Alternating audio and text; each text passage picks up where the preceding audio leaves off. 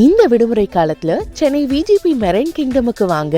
மேரி mermaid, scuba Santa மற்றும் 5000க்கும் மேற்பட்ட aquatic கிரியேச்சர்ஸை கண்டு மகிழுங்க. புதிதாக திறக்கப்பட்டுள்ள கிளாம்பாக்கம் பேருந்து நிலையத்தில் சொந்த ஊர்களுக்கு செல்வதற்கான பேருந்துகளை அடையாளம் காணுவதில் மிகுந்த சிரமம் இருப்பதாக பொதுமக்கள் வேதனை தெரிவித்துள்ளனர்.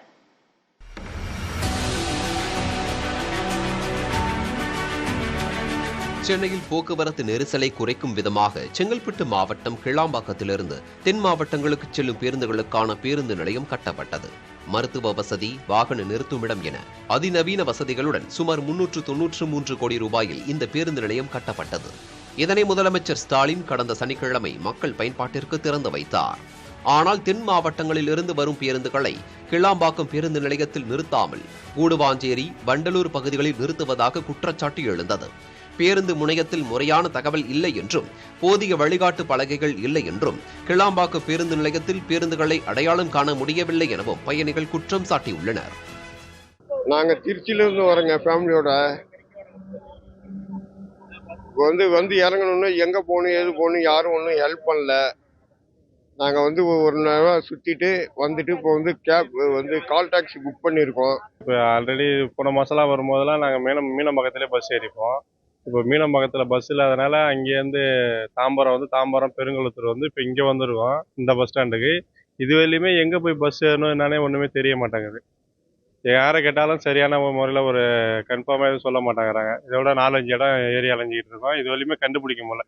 1 மணி நேரமாக சுற்றிட்டு தான் இருக்கோம். இது வரையிலும் பாண்டிச்சேரி சிதம்பரம் போகிற பஸ் எங்கே இருக்குன்னே தெரியல.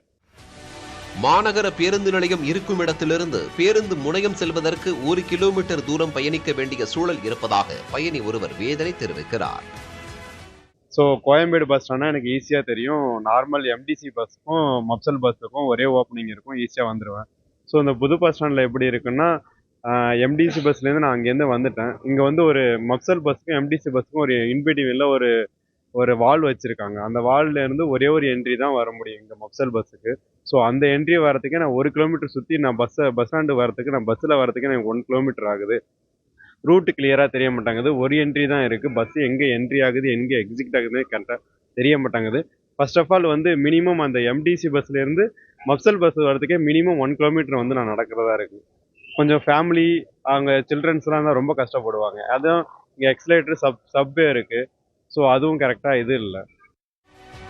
அதிநவீன வசதிகளுடன் பேருந்து முனையம் செயல்பாட்டிற்கு வந்துள்ள நிலையில் சாமானிய மக்கள் எவ்வித சிரமமுமின்றி பேருந்துகளை பயன்படுத்தும் வகையில் சேவைகள் ஏற்படுத்தி தர வேண்டும் என்பதே அனைவரின் எதிர்பார்ப்பாக உள்ளது. புதிய தலைமுறைக்காக செய்தியாளர் உதயகுமார். இந்த விடுமுறை காலத்துல சென்னை விஜிபி மெரைன் கிங்டமுக்கு வாங்க. மேரி மெர்மைட், ஸ்கூபா சாண்டா மற்றும் 5000க்கும் மேற்பட்ட அக்வாட்டிக் கிரியேச்சர்ஸை கண்டு மகிழுங்க.